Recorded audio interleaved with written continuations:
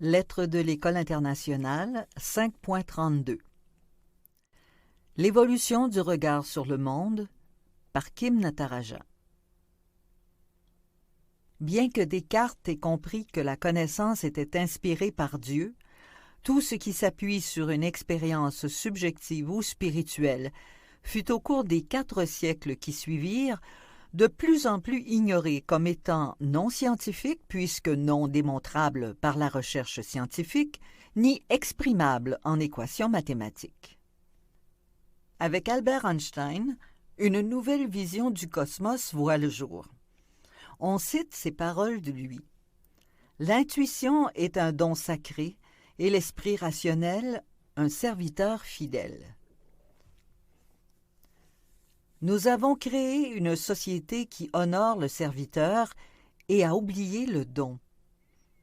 Lui-même, comme d'autres scientifiques, se sentait conduit par des intuitions. L'exemple le plus frappant est la découverte par le chercheur allemand Frédéric Kekulé de la structure chimique circulaire du benzène, en faisant le rêve éveillé d'un serpent se mordant la queue.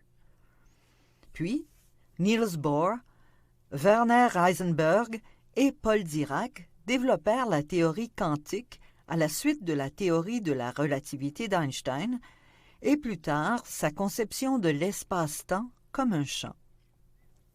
Cela ouvrit à une vision du monde totalement différente de la vision cartésienne et newtonienne, dualiste et matérielle. Tout est relié par des champs. Dans cette nouvelle physique, il n'y a pas de place pour le champ et la matière, car le champ est la seule réalité. Ce regard permet une approche holistique qui inclut une perspective transpersonnelle ou spirituelle. La beauté du monde subatomique que révèle la théorie quantique est que rien n'a de sens ou de substance en soi.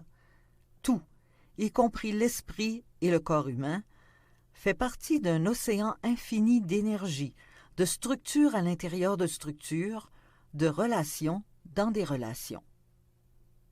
Tout est intégralement relié et maintenu par un vaste océan sous-jacent d'énergie. En 1931, Georges Lemaître, jeune prêtre belge, physicien et cosmologiste éminent, avança une théorie selon laquelle ce champ quantique, cet océan d'énergie, est né d'un événement capital. Un atome unique très dense et comprimé, qu'il appela atome primitif, explosa il y a environ 13,7 milliards d'années en un énorme champ de créativité en extension et en création constante depuis lors.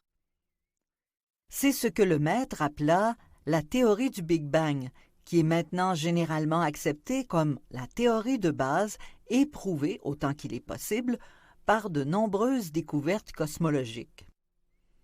Des recherches cosmologiques récentes ont même postulé que cet atome très dense et brûlant qui explosa et créa l'univers tel que nous le connaissons faisait partie d'un autre champ de réalité inconnu.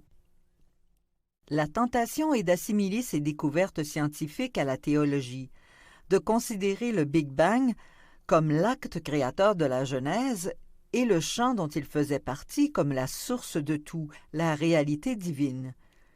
Mais nous devons garder à l'esprit que les scientifiques et les théologiens essaient de saisir et d'exprimer l'incompréhensible.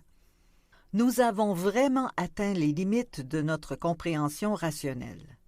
Tout ce que nous savons vraiment, c'est que nous ne savons pas, pour paraphraser Socrate.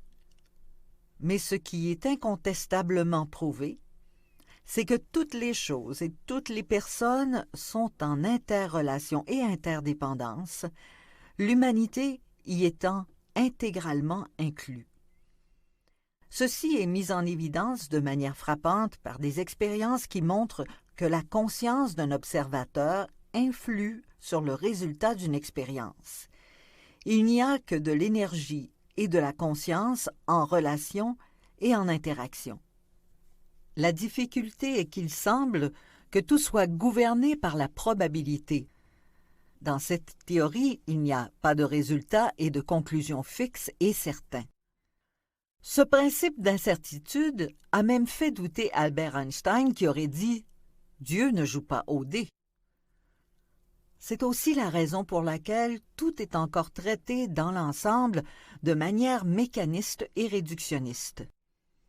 Beaucoup de scientifiques ne sont pas à l'aise avec le principe d'incertitude et ont du mal à comprendre les principes compliqués de la théorie quantique exprimés en équations.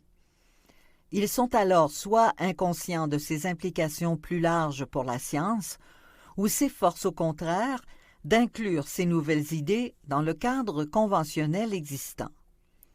Les expériences avaient prouvé l'existence de ce principe d'interrelation, ce champ de force vitale qui s'autogénère depuis le tout début, mais il a été ignoré comme non pertinent pour les applications pratiques de cette science et laissé en dehors des équations.